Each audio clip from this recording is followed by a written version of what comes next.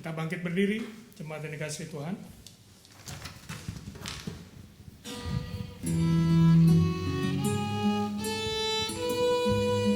Saudara-saudara di dalam kasih Kristus, hari ini saat Kristus mengalahkan maut dan hidup selama-lamanya, kita berkumpul sebagai gerejanya untuk merayakan dan menikmati kuasa kebangkitannya. Bersama-sama dengan umat Tuhan di seluruh dunia, kita bersyukur karena tidak lagi diikat oleh kuasa kegelapan dosa, tetapi memiliki terang hikmat Tuhan yang memandu setiap langkah hidup kita. Dengarlah firman Tuhan dari Yohanes 1 ayat 1, 4 dan 5 yang berbunyi sebagai berikut. Pada mulanya adalah firman. Firman itu bersama-sama dengan Allah, dan firman itu adalah Allah. Dalam Dia ada hidup, dan hidup itu adalah terang manusia. Terang itu bercahaya di dalam kegelapan, dan kegelapan itu tidak menguasainya. Terpujilah Allah kini dan selamanya.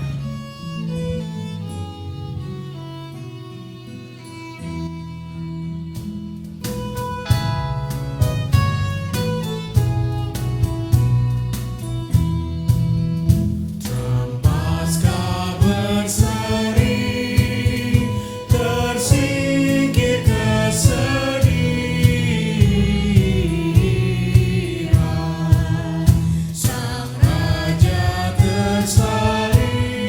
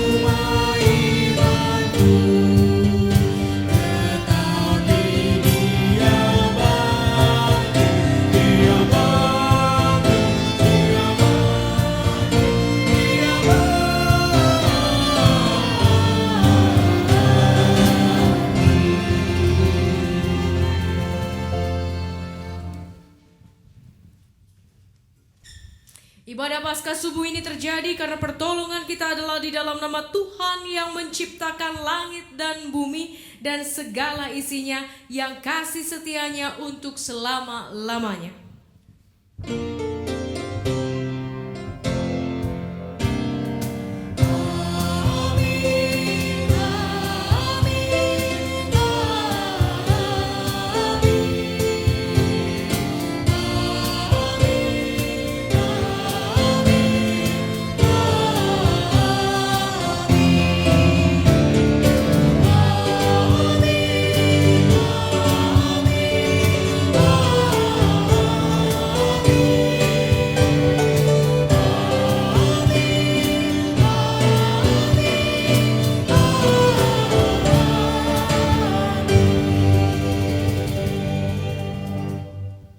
Kuasa kebangkitan Tuhan Yesus Kristus beserta kita dan besertamu juga.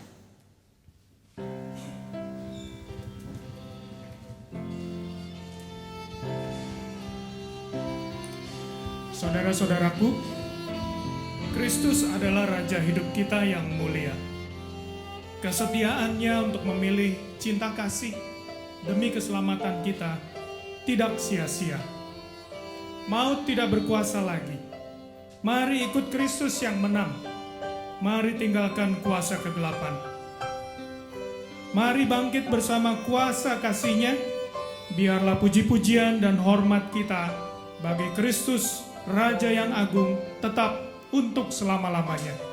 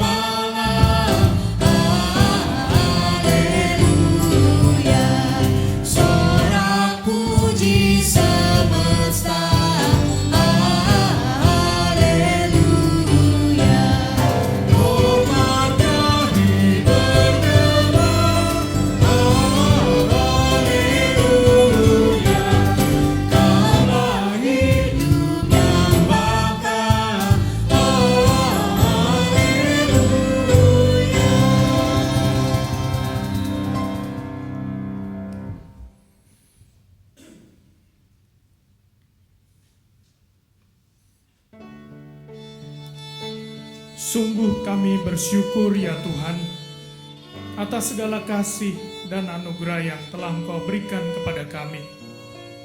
Saat ini kami bersukacita atas kemenangan-Mu melawan maut untuk menyelamatkan manusia. Kebangkitan-Mu adalah tanda bahwa kasih Allah telah nyata dan digenapi.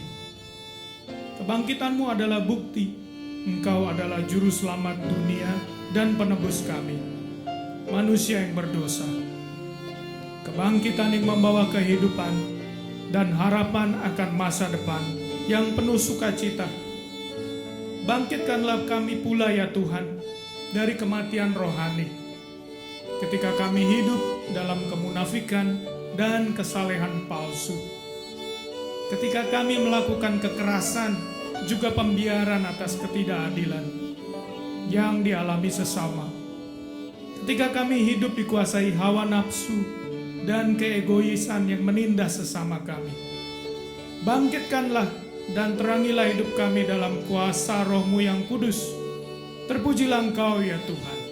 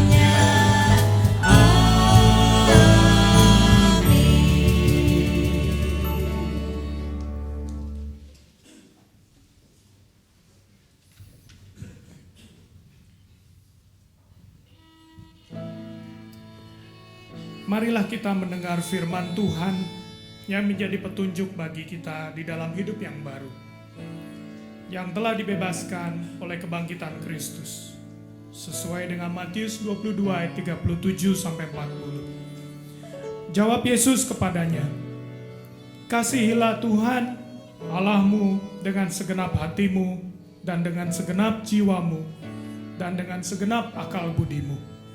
Itulah hukum yang terutama dan yang pertama. Dan hukum yang kedua yang sama dengan itu ialah, kasihilah sesamamu manusia seperti dirimu sendiri. Pada kedua hukum inilah tergantung seluruh hukum Taurat dan kitab para nabi. Kiranya Roh Kudus menolong kita mewujudkan kasih Allah dalam hidup kita sehari-hari. Syukur kepada Allah. Mari kita nyatakan kasih kita dengan sesama kita saling dengan memberikan saling salam.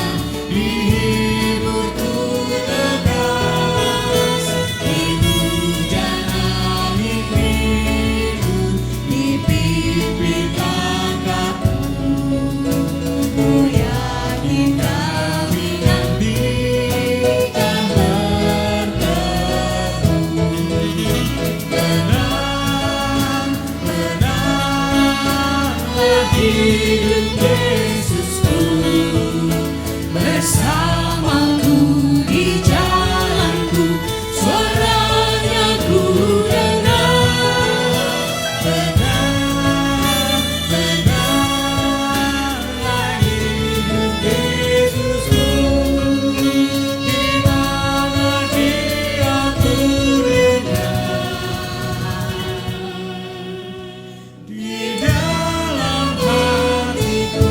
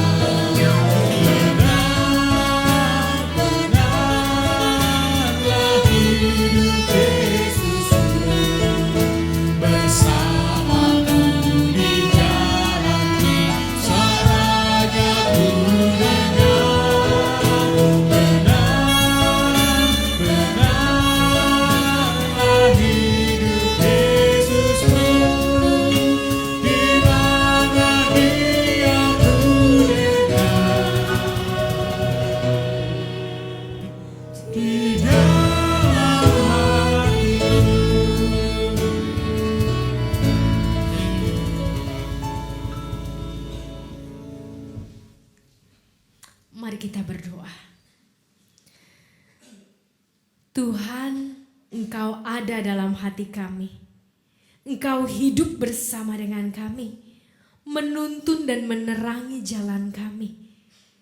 Engkau hadir di dalam susah payah kami, di dalam kerja keras kami, sehingga tidak ada satupun yang kami lakukan yang menjadi sia-sia. Itu semua karena Engkau milik kami.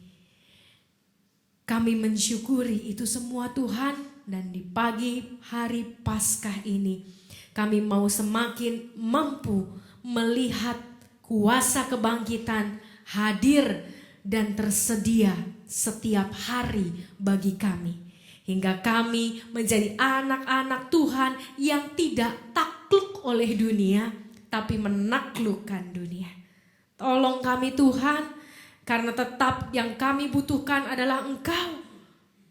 Yang kami butuhkan adalah kuasa-Mu, kekuatan dari-Mu, sukacita dari-Mu, damai sejahtera dari-Mu. Tidak ada yang mampu melampaui itu semua. Maka Tuhan, tolonglah kami dan hadirlah terus dalam hidup dan jalan-jalan kami. Demi nama-Mu yang kudus, kami memohon pertolongan-Mu dan hikmat-Mu, agar setiap pembacaan firman Tuhan yang akan kami baca bersama hari ini menolong kami untuk hidup lebih lagi berkemenangan. Demi nama-Mu yang kudus, kami memohon. Amin. Pembacaan firman Tuhan pada pagi Paskah hari ini terambil dari Matius 28 ayat 1 sampai 10. Setelah hari Sabat lewat, menjelang menyingsingnya fajar pada hari pertama minggu itu, pergilah Maria Magdalena dan Maria yang lain menengok kubur itu. Maka terjadilah gempa bumi yang hebat, sebab seorang malaikat Tuhan turun dari langit dan datang ke batu itu dan menggulingkannya, lalu duduk di atasnya. Wajahnya bagaikan kilat dan pakaiannya putih bagaikan salju. Dan penjaga-penjaga itu gentar ketakutan dan menjadi seperti orang-orang mati. Akan tetapi malaikat itu berkata kepada perempuan-perempuan itu, "Janganlah kamu takut, sebab aku tahu kamu mencari Yesus yang disalibkan itu. Ia tidak ada di sini, sebab ia telah bangkit, sama seperti yang telah dikatakannya. Mari, lihatlah tempat ia berbaring. Dan segeralah pergi dan katakanlah kepada murid-muridnya bahwa ia telah bangkit dari antara orang mati. Ia mendahului kamu ke Galilea, di sana kamu akan melihat dia. Sesungguhnya aku telah mengatakannya kepadamu." Mereka segera pergi dari kubur itu dengan takut dan dengan sukacita yang begitu besar, dan berlari cepat-cepat untuk memberitahukannya kepada murid-murid Yesus. Tiba-tiba Yesus berjumpa dengan mereka dan berkata, "Salam bagimu." Mereka mendekatinya dan memeluk kakinya serta menyembahnya. Maka kata Yesus kepada mereka, "Jangan takut. Pergi dan katakanlah kepada saudara-saudaraku supaya mereka pergi ke Galilea, dan di sanalah mereka akan melihat aku." Demikianlah berita Paskah bagi kita. Terpujilah Kristus yang bangkit. Haleluya.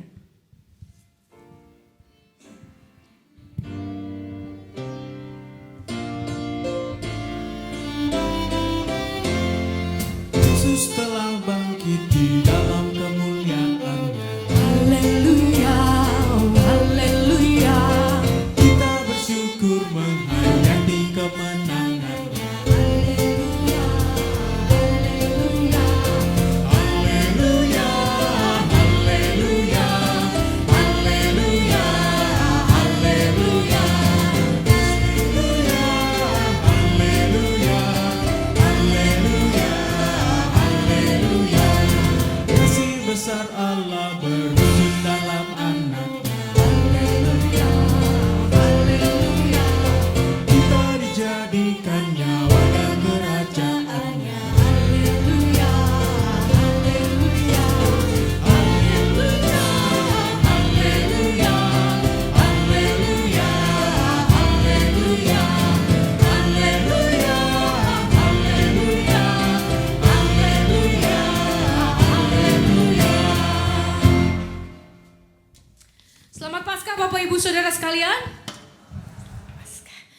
Hari ini ada 3 hal yang mau kita pelajari bersama, mau kita renungkan bersama di pagi Paskah ini lewat bacaan kita hari ini. Tapi pertama-tama ada sebuah tulisan yang sempat saya baca beberapa hari yang lalu. Tulisan itu dibuat di dalam sebuah artikel yang sangat pendek tapi menarik perhatian saya dan membuat saya berpikir betul banget. Apakah isi tulisan itu? Isi tulisan itu singkatnya seperti ini. Banyak orang Kristen tidak mampu mengalami kuasa kebangkitannya karena orang Kristen hanya berhenti pada menjadikan Yesus sebagai penyelamat. Saya ulang ya Bapak Ibu. Banyak orang Kristen tidak mengalami kuasa kebangkitan Kristus karena banyak orang Kristen hanya berhenti pada menganggap Yesus sebagai penyelamat. Lalu bagaimana kita harusnya? Seharusnya kita tidak berhenti dengan menganggap Yesus sebagai penyelamat. Kita harus mulai menganggap Yesus sebagai Tuhan. Karena menganggap Yesus sebagai penyelamat biasanya sudah sampai situ saja. Dia menyelamatkan saya, dia mengampuni dosa saya, dia memberikan kepada saya kelepasan. Tapi stop sampai situ. Kuasa kebangkitannya hanya bisa dinikmati kalau kita tidak berhenti sampai di situ. Tapi menjadikan dia Tuhan, menjadikan dia Tuan dalam hidup kita. Sehingga apapun katanya menjadi kata kita. Apapun isi hatinya menjadi isi hati kita. Apapun cara berpikirnya menjadi cara berpikir kita. Disitulah kuasa kebangkitan baru kita rasakan. Jadi Bapak Ibu, kalau kita sampai berpuluh-puluh tahun menjadi orang Kristen dan kita belum bisa merasakan sedemikian rupa kuasa kebangkitan, jangan-jangan karena memang kita berhenti pada keyakinan hanya Yesus sebagai penyelamat saja. Semoga kita tidak berhenti sampai situ. Hari ini kita mau belajar 3 hal. Dari bacaan kita ada hal-hal yang luar biasa sebetulnya yang ingin disampaikan di dalam bacaan dari Matius 28 ayat 1 sampai 10. Yang pertama adalah pagi-pagi itu para perempuan tidak didampingi oleh para murid laki-laki, karena biasanya kalau didampingi para murid laki-laki pasti ditulis nama muridnya. Ditulis nama laki-laki itu yang mendampingi. Karena laki-laki begitu penting buat orang Yahudi, apalagi penulisnya Matius. Matius adalah seorang Yahudi tulen, sehingga dia sangat mengutamakan tradisi-tradisi Yahudi dan kita bisa menemukan begitu banyak tradisi-tradisi Yahudi di dalam tulisannya. Di dalam Injil Matius agak sedikit berbeda dengan Injil lain. Tapi kali itu dia menuliskan Maria Magdalena dan Maria yang lain. Ada beberapa Maria, paling gak ada 3 Maria saat itu, Maria Magdalena dan 2 Maria lainnya. Tapi tidak ada satupun murid Yesus yang laki-laki. Ketika mereka datang ke gua tempat Yesus dikuburkan, mereka berjumpa dengan malaikat. Lalu malaikat mengatakan demikian, jangan takut. Kenapa? Pagi hari ini kita mau main tebak-tebakan dulu. Kenapa Bapak Ibu sekalian? Kenapa malaikat bilang jangan takut?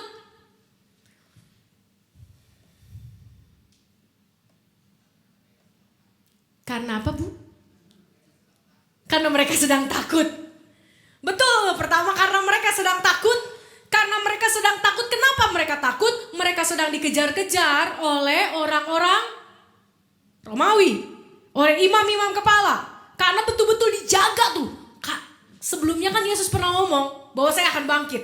Pada hari yang ketiga saya akan bangkit. Saya akan membangun bait Allah dalam 3 hari. Yesus sering sekali mengatakan itu di hari-hari terakhirnya. Oleh karena itu orang-orang, imam-imam, ahli-ahli Taurat dan imam-imam kepala itu benar-benar memperhatikan gerak-gerik mereka. Makanya sampai ada isu dihembuskan bahwa mayat Yesus itu dicuri oleh para murid Yesus. Karena begitu takutnya para imam-imam bahwa terjadi apa yang dikatakan oleh Yesus sesungguhnya. Jangan takut.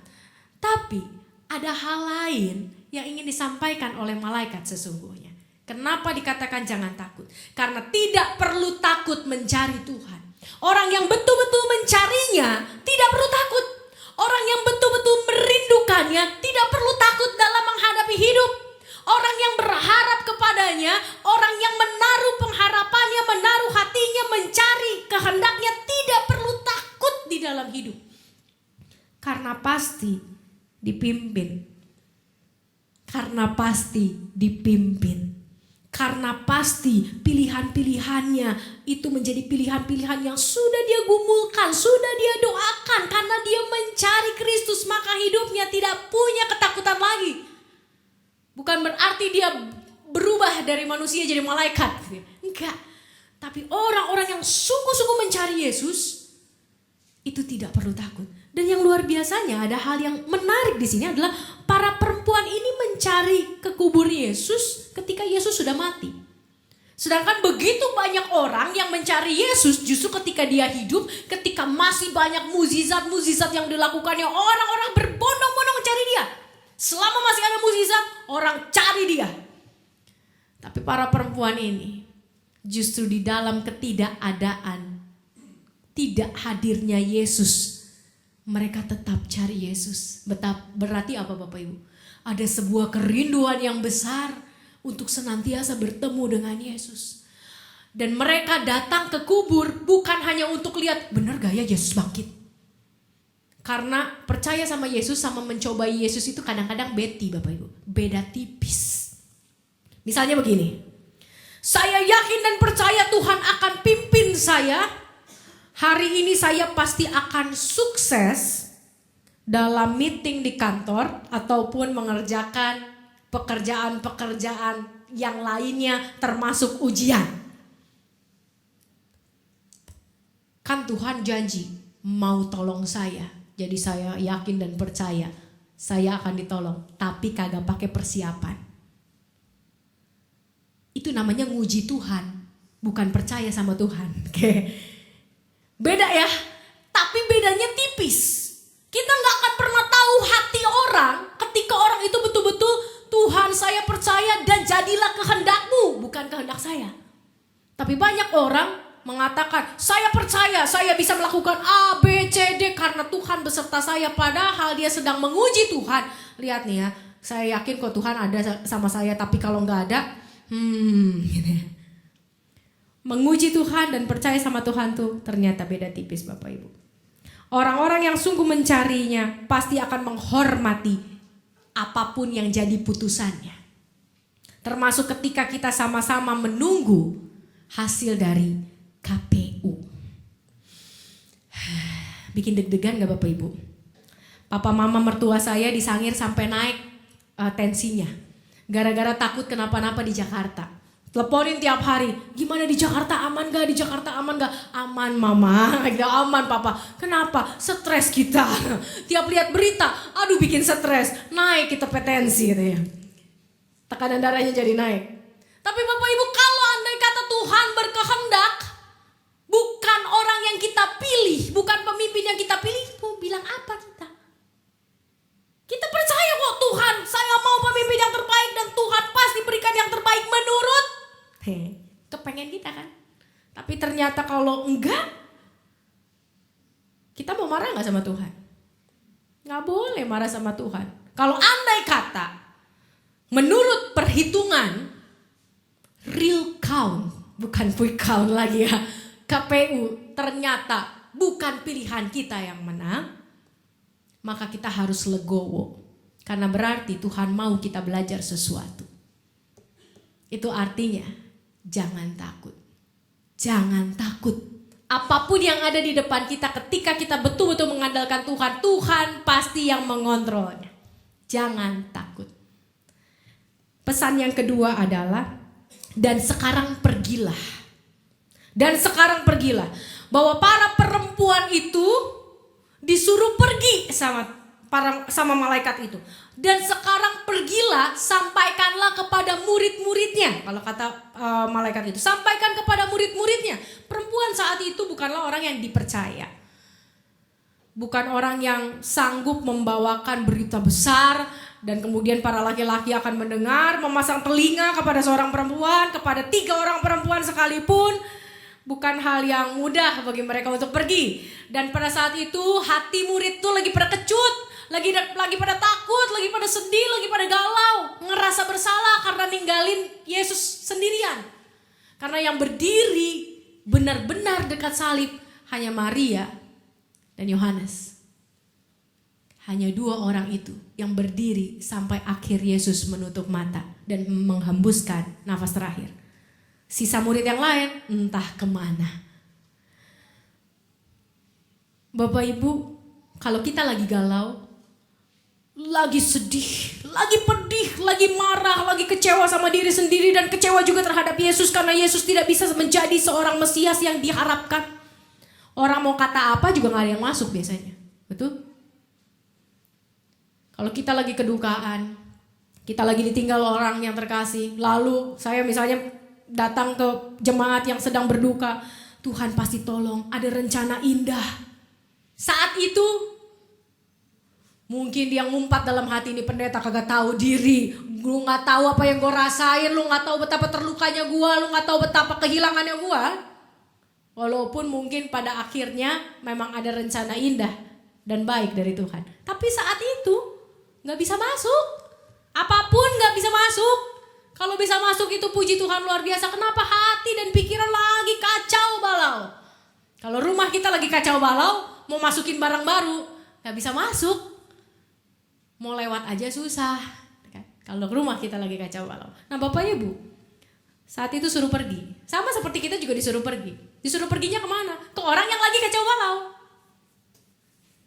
Kita bukan disuruh pergi ke orang yang lagi happy. Kita bukan disuruh pergi ke orang yang lagi sehat saja, yang lagi baik keadaannya saja, yang lagi sukacita saja, yang lagi baru dapat berkat. Justru kita disuruh pergi ke tempat orang-orang yang lagi kacau. 3 perempuan ini disuruh pergi ke murid-murid yang lagi kacau. Yang lagi kacau hidupnya, yang lagi kacau pikirannya, yang lagi kacau hatinya. Dan itu bukan hal yang mudah. Bukan hal yang mudah. Tapi justru ketika mereka mau, oke deh kita pergi deh, mau mereka percaya mau enggak, mau tuh para murid kemudian ngehina kita, Allah kamu perempuan tahu apa, begitu kan ya, Allah kamu mau bohong dan lain sebagainya gitu ya, jangan-jangan kamu halusinasi dan lain sebagainya. Ya udah kita pergi.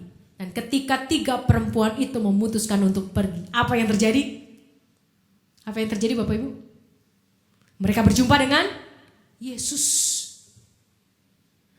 Tuhan mengutus kita pada orang-orang yang sedang susah dan kacau. Tuhan mengutus kita pada orang-orang yang justru pasti mungkin akan menolak kita karena kabar yang kita bawa. Tuhan mengutus kita pada orang-orang yang remuk hatinya, yang hancur hatinya, yang kacau balau hidupnya, yang penuh dengan kemarahan, penuh dengan kekhawatiran, penuh dengan masa lalu yang menyebalkan, yang menyeramkan, yang bikin trauma dan lain sebagainya. Tapi kalau kita mau melakukan itu, dan karena dia tahu bahwa kita tidak mudah melakukannya, maka pengalaman mengalami dia bisa kita rasakan justru. 3 perempuan ini bertekad untuk pergi ke murid-murid Yesus. Di tengah ketakutan. Bahkan kalau tadi Matius mengatakan mereka sukacita tapi mereka takut. Mereka sukacita tapi mereka takut. Itu sebuah perasaan yang sebetulnya kan bertolak belakang. Ada 2 kutub yang lagi kacau balau juga di dalam hati mereka, tapi mereka mau. Dan mereka berjumpa dengan Yesus. Kalau kita betul-betul mau melakukan apa yang Yesus katakan, mau pergi menjamah orang-orang yang membutuhkan, maka perjumpaan dengan Yesus akan jauh lebih sering dialami oleh kita ketimbang kita yang lebih suka berdiam diri dan menganggap orang lain yang harus datang pada kita dan bukan kita yang harus datang kepada mereka. Tidak gampang Bapak Ibu, apalagi di zaman modern yang setiap orang punya masalah, setiap orang punya persoalan. Ketika kita datang melawat ke rumah orang, itu namanya kita sedang apa? Nambahin beban pikiran kita, betul? Ketika kita ngedengerin teman kita yang curhat sambil nangis-nangis, itu namanya kita sedang menambah beban kita, menambah rentetan doa syafaat kita setiap hari. Lebih baik ngurusin diri sendiri aja belum becus, ngurusin orang lain. Tapi Tuhan mau itu. Tuhan mau itu yang kita lakukan. Tuhan mau kita datang pada orang-orang yang justru lagi kacau. Dan membawa akhirnya kekacauan itu juga dalam hidup kita. Dalam arti kita mampu berempati, merasakan kekacauan itu. Dan akhirnya mengganti kekacauan itu dengan sukacita dari Tuhan. Tapi kalau kita belum apa-apa udah takut, belum apa-apa udah bilang, saya gak mau. Saya gak mau, saya aja udah banyak pikiran, saya aja udah banyak masalah. Di rumah saya punya masalah A, B, C, D. Di keluarga saya punya masalah dari A sampai Z bahkan. Buat apa? Nyusah-nyusahin diri. Tapi Tuhan mau itu. 3 Maria yang sedang takut, yang sedang bergumul, yang sedang kacau, harus datang ke murid-murid yang mungkin lebih kacau perasaannya daripada mereka. Mereka mau dan berjumpa dengan Yesus. Bapak Ibu, kalau kita orang-orang Protestan biasanya jarang sekali yang bisa memberikan kesaksian bahwa saya mengalami ini bersama dengan Tuhan. Saya ngerasain ada Tuhan ketika saya begini. Jarang ada kesaksian yang demikian. Ya mungkin karena kita terlalu senang dan nyaman di dalam lingkaran kita sendiri dan gak mau keluar dari lingkaran kita. Karena ketika kita keluar dari lingkaran kita, Tuhan tahu kok itu gak aman dan tidak nyaman. Maka Dia beserta dengan kita. Dan akhirnya kita bisa mengalami perjumpaan-perjumpaan yang luar biasa. Justru ketika kita bergumul dengan masalah kita dan kita bergumul mencoba untuk menyelesaikan masalah sesama kita. Menolong mereka untuk bangkit dari masalah. Bukan akhirnya juga terjerumus dalam masalah. Yang ketiga, pergilah ke Galilea. Bapak Ibu, Galilea sama Yerusalem itu jauhnya luar biasa. Yesus tuh meninggal di Yerusalem. Bukit Tengkorak itu ada di perbatasan tembok Yerusalem. Dan Yerusalem ke Galilea jaraknya sekitar 180 km. Pertanyaannya adalah, ngapain Yesus suruh jauh-jauh? Nih orang-orang berduka suruh jalan ke Galilea. Dari Yerusalem ke Galilea 180 km itu dari mana ke mana? Jauh bener. Dan dalam keadaan duka suruh menempuh perjalanan begitu. Sepertinya gak masuk akal. Tapi kenapa Galilea yang dipilih? Pergilah di Galilea. Pergilah ke Galilea. Galilea adalah tempat di mana Yesus berjumpa dengan 12 murid pertama kali. Seperti napak tilas cinta pertama, Bapak Ibu. Bapak Ibu yang udah menikah 20 tahun, 30 tahun. Pernah gak sih sama suami pergi yuk ke tempat napak tilas pacaran? Gitu kan? Nanti di tukang bakso ini, tukang somai ini, tukang ketoprak ini, jalan, rasanya nggak kayak dulu ya, gitu ya, nostalgia. Yesus membawa mereka kembali ke Galilea pertama-tama karena disitulah perjumpaan mereka semua. Bagaimana panggilan pertama itu dinyatakan oleh Yesus, maukah kau menjadi penjala manusia? Yesus membawa mereka kembali ke Galilea untuk mengingatkan kembali panggilan mereka. Jatuh cinta pertama kali dengan Yesus ketimbang sama ikan-ikan. Karena ketika Yesus panggil, apa yang para murid lakukan? Lepas jala langsung ikut. Lepas jala langsung ikut. Itu gimana ceritanya Bapak Ibu gitu ya? Ada juga beresin dulu jalannya gitu kan. Masukin dulu ikannya, jual dulu ke pasar. Ntar kalau udah dapat duit baru ikut Yesus gitu kan. Tapi enggak, pada saat itu pertama kali Yesus menjemput para murid itu, mengenali para murid dan memanggil mereka, mereka langsung lepas jala pergi. Dan Yesus ingin mengingatkan nostalgia itu. Bukan sekedar untuk nostalgia, tapi untuk mengingatkan panggilan ilahi yang diberikan kepada para murid. Itu Galilea pertama. Lalu kedua, Galilea adalah kota yang sangat kecil. Daerah Galilea di situ juga ada Nazaret. Kota-kota yang sangat udik, yang jauh dari pusat kota yaitu Yerusalem. Kalau orang-orang di Yerusalem udah pasti pinter, udah pasti hebat, udah pasti kaya, udah pasti hidupnya lebih baik daripada kondisi Galilea. Dan Yerusalem sudah menolak dia. Disitulah bait Allah kan. Ya, bait Allah ada di Yerusalem. Kalau Bapak Ibu pernah ke Yerusalem, pasti menemukan bukan bait Allah sih di sana, karena bait Allah sedang dalam perancangan pembangunan. Tapi tahu bahwa disitulah pusat keagamaan, pusat spiritualitas orang Yahudi, Yerusalem. Tapi Tuhan membawa mereka ke Galilea. Karena Galilea adalah kota yang sederhana, kota yang udik, kota yang gak punya apa-apa. Tapi penerimaan terhadap Yesus dialami secara luar biasa. Yesus mau kita tidak hanya melihat orang-orang yang hebat, tapi justru orang-orang yang kurang. Orang-orang yang bodoh, kita anggap bodoh. Karena gak ada ciptaan Tuhan yang bodoh. Itu yang saya aminkan, gak ada ciptaannya Tuhan yang bodoh, yang ada yang malas. Sehingga akhirnya orang-orang yang dianggap kecil ini punya pede lagi, punya percaya diri lagi. Yesus ketika bangkit tidak bertahta di atas Yerusalem.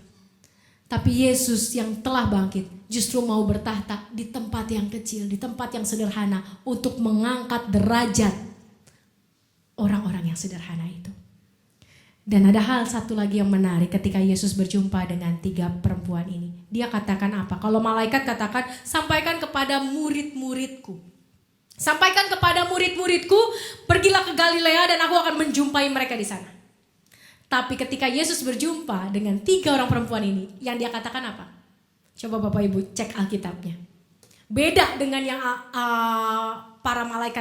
yang malaikat katakan. Malaikat mengatakan A, Yesus mengatakan B. Di mana bedanya? Matius 28 bandingkan ayat yang ke-7. Matius 28 ayat yang ke-7 dengan ayat yang ke-10. Bedanya di mana? Kata-kata apa yang beda?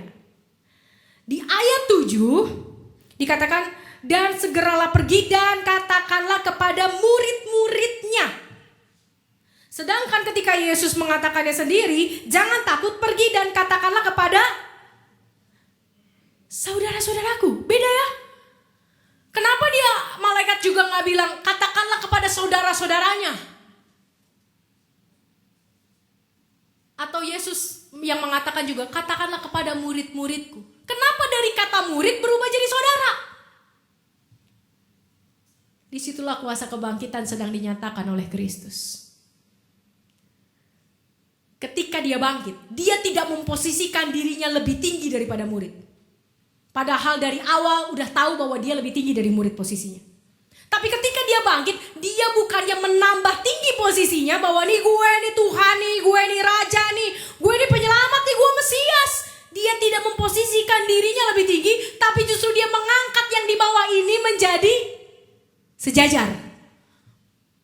Saudara, ini saudara-saudaraku, sejajar. Walaupun memang akhirnya di dalam perjanjian baru menurut teologi Paulus dikatakan dia adalah yang sulung, yang pertama dari banyak saudara. Sepertinya ada tingkatan lebih. Tapi enggak, saat itu Yesus di dalam kebangkitannya bukan menjadikan dirinya lebih tinggi, lebih hebat, tapi dia mengangkat orang-orang supaya sederajat dengan dia.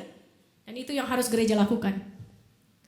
Yang gereja lakukan ketika gereja diberkati, ketika gereja punya segala sesuatu, bukan untuk menempatkan diri sebagai, nih kami adalah orang-orang yang diberkati oleh Tuhan karena kami punya iman. Gereja gak boleh jadi sombong. Justru tugas gereja adalah ketika kita mengalami kuasa kebangkitan, ketika kita diberkati begitu luar biasa oleh Tuhan, ngangkat yang pinggir-pinggir, yang bawah-bawah supaya sejajar sama kita. Susah ya? Susah Bapak Ibu. Tapi itulah kuasa kebangkitan. Yesus mengangkat saudara-saudaranya. Dia yang seharusnya marah karena ditinggalin sama murid-murid, dikhianati, disangkal sebelum ayam berkokok. Kalau kemarin yang beredar sebelum KPU berkokok, saya lebih kecil suaranya, gak enak kedengeran. Sebelum ayam berkokok 3 kali, Petrus sudah menyangkal Yesus. Tapi ketika dia bangkit, dia gak suruh tuh, datang nih gue nih, gue udah buktiin kan gue bangkit? Gak. Justru dia yang samperin para murid satu-satu. Dia yang datang. Dia yang merendahkan diri lagi bahkan setelah kebangkitan. Dia yang merendahkan diri lagi bahkan setelah kebangkitan. Untuk menggapai, memeluk, merangkul para murid.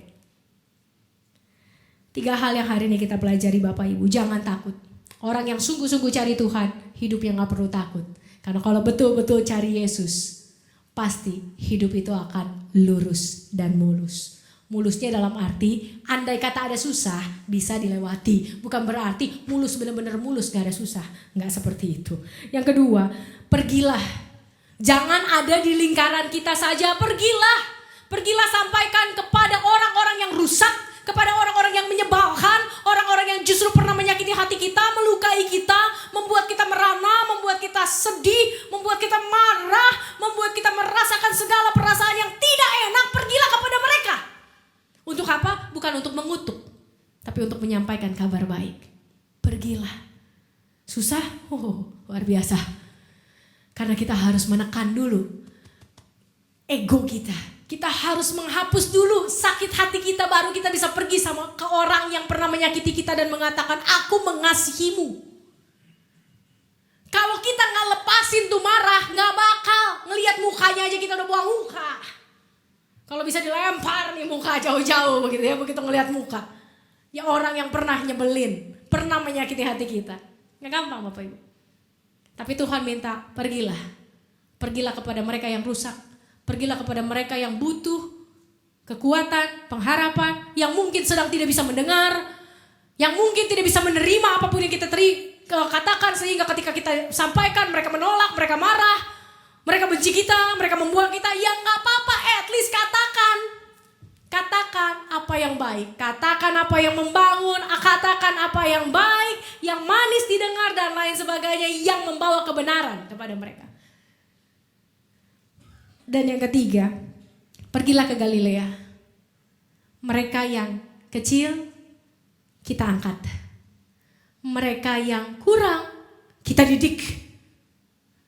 Mereka yang kurang berpengalaman, kita latih, bukan dijauhin. Mereka yang butuh belajar, kita ajarin. Mereka yang butuh sekolah, kita sekolahin. Tapi bukan hanya kita sebagai majelis jemaat, dalam arti gereja Kristen Indonesia yang memang punya program beasiswa, yang memang punya program untuk menjamah daerah-daerah yang terpencil. Tapi kita bukan sekedar gereja, bukan sekedar majelis jemaat bidang gospel, tapi kita, kalau kita jumpa orang di pinggir jalan, kalau kita jumpa orang berpapasan di stasiun, di MRT, di Transjakarta, di pasar, apa yang kita lakukan? Bagaimana cara kita mengangkat mereka? Enggak usah semua orang dulu. Paling enggak orang-orang yang paling sering ketemu dengan kita, yang kita tahu mereka perlu ditolong, perlu diangkat, disejajarkan derajatnya dengan kita. Bukan supaya kita disanjung, tapi supaya kita bisa jadi saudara satu sama lain. Selamat menikmati kuasa kebangkitan. Kuasa kebangkitan itu nyata, tapi carilah dia lebih dahulu. Bukan untuk mengujinya, bukan untuk mengetahui sampai mana kuasanya dan apa yang bisa dia perbuat. Tapi karena kita mau menundukkan hati kepada dia, menjadikan dia Tuhan, bukan hanya sekedar penyelamat kita. Amin.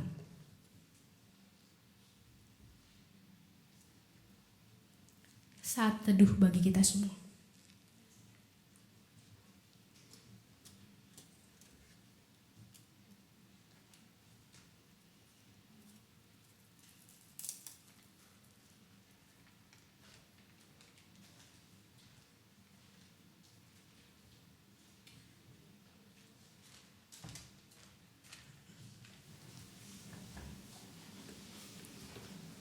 Bersama dengan gereja Tuhan yang senantiasa sertainya, marilah kita mengikrarkan kembali iman percaya sesuai dengan pengakuan iman rasuli.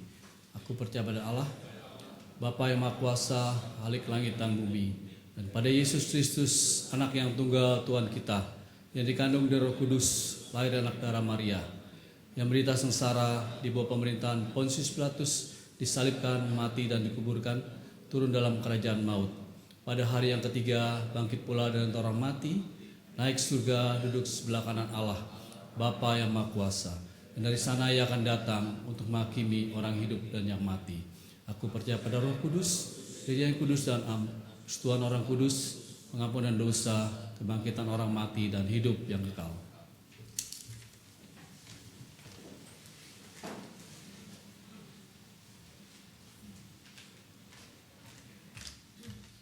Mari Bapak Ibu sekalian kita berdoa. Allah kami yang baik, Allah yang telah memanggil setiap kami pada terang-Mu yang ajaib, Allah yang telah membuat kami setara dengan-Mu, yang pertama-tama telah menjadikan kami begitu sempurna. Walau kami telah dirusak oleh dosa, Kau tidak pernah berhenti mengasihi kami dengan turun dari sorga ke bumi untuk menebus kami, sehingga kami kembali menjadi rekan-rekan pelayanan-Mu. Terima kasih Tuhan, sebuah kepercayaan yang begitu besar yang Tuhan taruh pada diri kami. Sebuah harapan yang begitu besar yang Tuhan letakkan pada diri kami yang hina ini, yang lebih sering gagal daripada berhasil, lebih sering jatuh daripada bangun. Tapi Tuhan senantiasa dengan setia, Engkau menyatakan kesetiaan-Mu, kasih-Mu yang melampaui segala sesuatu. Maka Tuhan, sudah seharusnya lah kami menyambut cinta kasih-Mu itu dengan hidup kami, dengan mencari Tuhan setiap hari, dengan mau menjalankan apa yang menjadi misi Tuhan. Datang kepada mereka yang lemah, yang terpukul, yang marah, yang sedih, yang kecewa, yang tidak sehat pikirannya, yang sedang dikuasai oleh hal-hal duniawi. Bukan hanya yang ada di luar, tapi justru pertama-tama dimulai dari keluarga kami sendiri. Anak-anak kami, suami kami, istri kami. Kadang-kadang kami lebih pandai mengerjakan pelayanan di luar rumah dan bukan di dalam rumah sendiri. Maka Tuhan tolonglah, jangan biarkan kami menggapai mereka yang kacau di luar, tapi kami membiarkan anggota keluarga kami sendiri mengalami kekacauan, mengalami kesusahan karena pilihan-pilihan kami. Kami berdoa Tuhan untuk setiap jemaat Tuhan di tempat ini, di GKI Kafling Polri yang sedang bergumul di dalam kehidupan mereka, di tengah keluarga, di tengah pekerjaan, mempersiapkan pernikahan, bergumul soal anak, masih menunggu anak, dan masih begitu banyak pergumulan di tengah jemaat ini. Tuhan, berikan kami kekuatan, berikan saudara-saudara kami kekuatan untuk menanggung pergumulannya, dan berikan kami kekuatan untuk menjadi sahabat mereka dalam menanggung pergumulannya, sehingga kami sungguh menjadi saudara yang layak di mata Tuhan bagi satu dengan yang lain. Kami berdoa untuk bangsa dan negara kami Tuhan. Di tengah perayaan demokrasi yang beberapa hari lalu kami rayakan bersama sebagai sebuah bangsa, kami masih menantikan keputusan yang akan membawa bangsa kami 5 tahun ke depan. Kami mau percaya bahwa siapapun yang Tuhan izinkan untuk memimpin bangsa ini akan menjadi pemimpin yang menolong kami semakin beriman, semakin mengandalkan Tuhan, semakin mencari kebenaran dan melakukan kebenaran itu di dalam setiap hari hidup kami. Sehingga Indonesia suatu saat betul-betul penuh dengan kemuliaan-Mu. Kami berdoa untuk setiap gereja-gereja yang pada hari ini juga bersama-sama merayakan Paskah. Dan gereja-gereja yang ada di belahan bumi lain yang esok hari merayakan Paskah. Tuhan, berkatilah tubuh-Mu ini. Dan arahkanlah terus, terangilah tubuh-Mu ini. Sehingga tubuh Kristus di dunia menjadi semakin nyata, bukan semakin buram, bukan semakin buruk dan terpuruk. Tolong kami Tuhan, kami butuh tuntunan dan terang kasih-Mu. Inilah doa yang jauh dari sempurna. Kami naikkan dalam satu nama, Yesus Kristus Tuhan kami yang sudah bangkit dan saat ini ada di antara kami, yang juga telah mengajar kami berdoa bersama.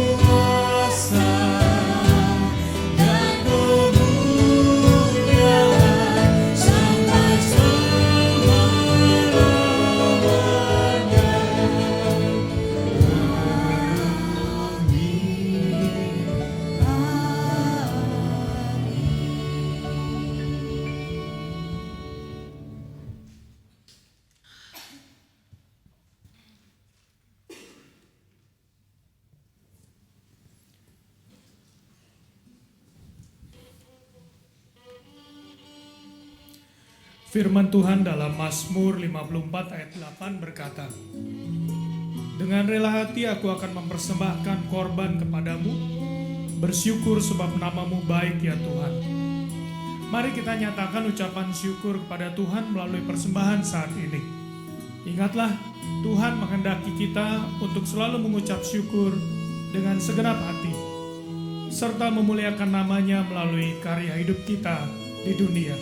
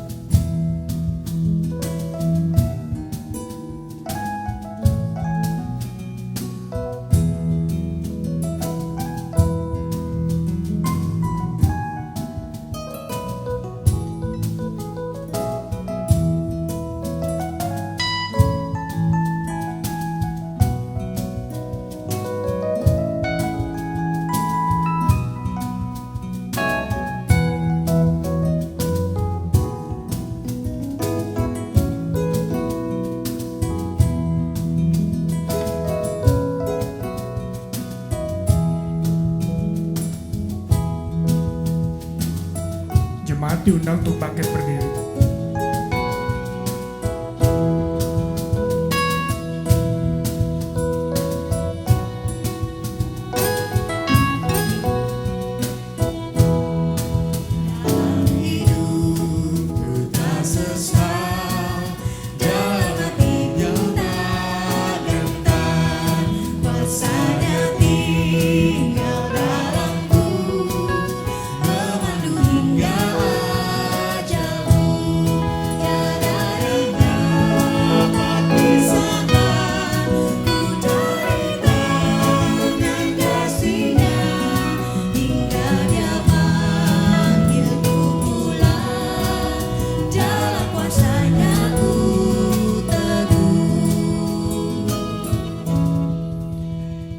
Tunduk kepala bagi doa persembahan kita.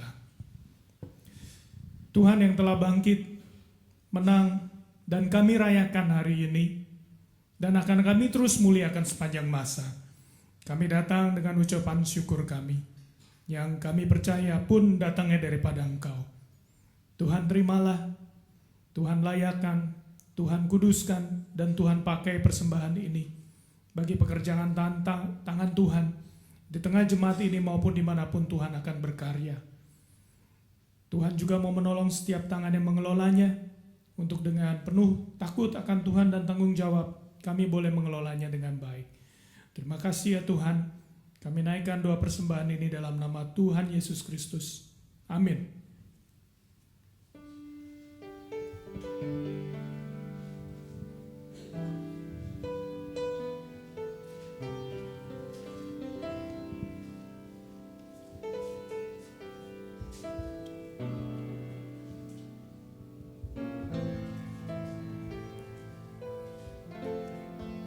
Kristus telah bangkit, Dia telah menang. Ya, Kristus sudah bangkit. Kami hendak memberitakan kuasa kebangkitannya serta kasih setianya kepada seluruh dunia.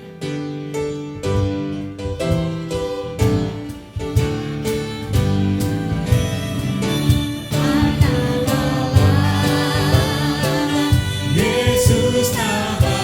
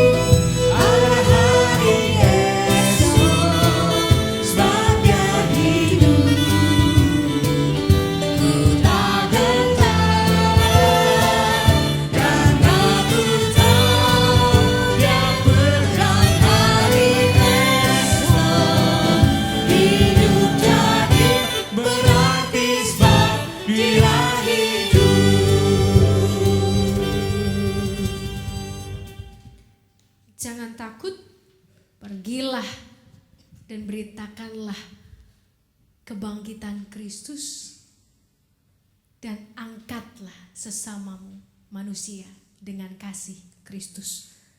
Arahkanlah hatimu kepada Tuhan. Kami mengarahkan hati kami kepada Tuhan. Jadilah saksi kuasa kebangkitan Kristus. Syukur kepada Allah, Terpujilah Tuhan. kini dan selamanya. Marilah kita pergi dengan membawa berkat Tuhan.